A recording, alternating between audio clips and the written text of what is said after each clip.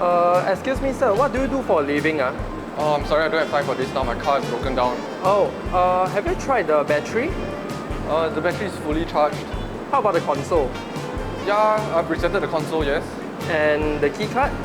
I've tried restarting it with the key card. It all seems to work fine, but the car doesn't run. So what I've got to do now is I've got to send it to professional mechanics that deal with these electric cars because I can't seem to find a problem. Okay. Thank you for your time. Yeah, see you.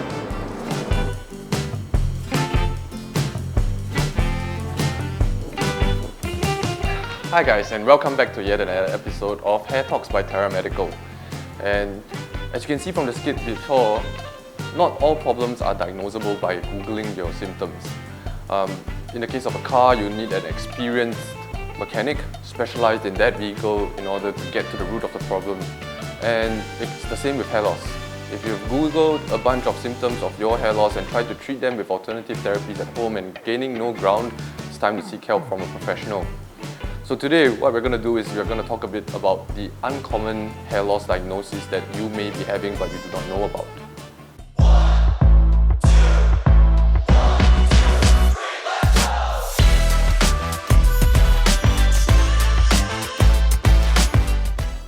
One of the things you may not know is that hair loss can be commonly associated with hormonal disorders, and they range very widely from the thyroid gland to the ovaries to the hypothalamus and pituitary axis. So endocrine disorders or hormone disorders are sometimes contributing to your hair loss, and these usually require a blood test in order to discern whether you're facing these issues or not. So what we tend to do for some of our patients where we suspect hormonal disorders are involved is we run a panel of blood tests first, and we diagnose the problem, and if there's a requisite for us to refer them to a different specialist, we'll get the specialist on board to manage the underlying hormonal issue. Examples of that would be polycystic ovarian syndrome, hypothyroidism, some other neuroendocrine disorders that may come into the picture when it comes to complex hormones. Another problem that we're seeing more commonly nowadays is frontal fibrosing alopecia, which, if not diagnosed correctly, can lead to very disastrous treatment plans, such as doing a hair transplant into an area that's not stable. So frontal fibrosing alopecia started to pick up in its incidence in the 90s. It kind of correspondingly occurred when the Slip Slop Slap campaign started in Australia to prevent skin cancer. So this condition has been associated with sunscreen use. Too much of chemical sunscreen across the face, and if you're applying it into your hairlines or over your eyebrows, tend to cause an autoimmune reaction. That means your body is producing some antibodies that are attacking your normal tissues such as hair follicles. And this is a type of scarring hair loss or cicatricial alopecia. When the disease is active, the hair follicles are actually scarred over, so they don't actually produce any more hair. And this condition makes it not possible for us to carry out a transplant unless the condition is fairly stable. What happens in some cases is that practitioners fail to recognize that this is FFA or frontal fibrosing alopecia and attempt a transplant, of which the graft survival yield is very, very low. So a biopsy can be done, which is actually taking a small piece of tissue and sending it to a lab for the histopathologist, which is a specialist that focuses on skin conditions by looking at them under a microscope. Will give you an answer of whether or not this is an autoimmune kind of condition that causes scarring. So the treatment aim for frontal fibrosing alopecia is to maintain the existing hairline, and that can be done with a combination of medications or injections, as well as close monitoring of the patient.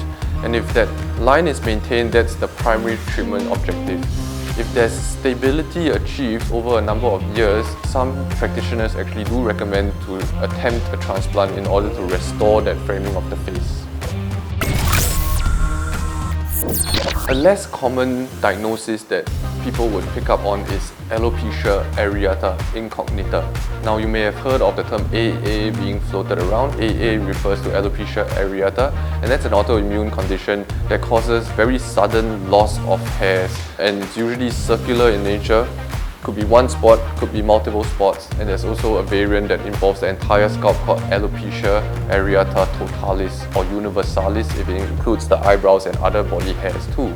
But alopecia areata incognita involves a few scattered hair follicles all across the scalp, and that can be easily confused with chronic telogen effluvium. So history taking is quite important to see when the onset was, and a physical examination sometimes will reveal regrowing white hairs, as is the case with alopecia areata.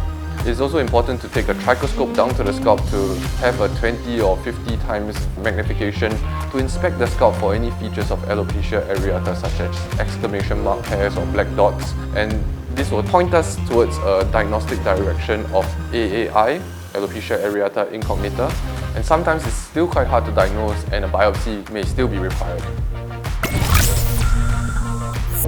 Last but not least, we are going to talk about fibrosing alopecia in a pattern distribution, or FAPD for short.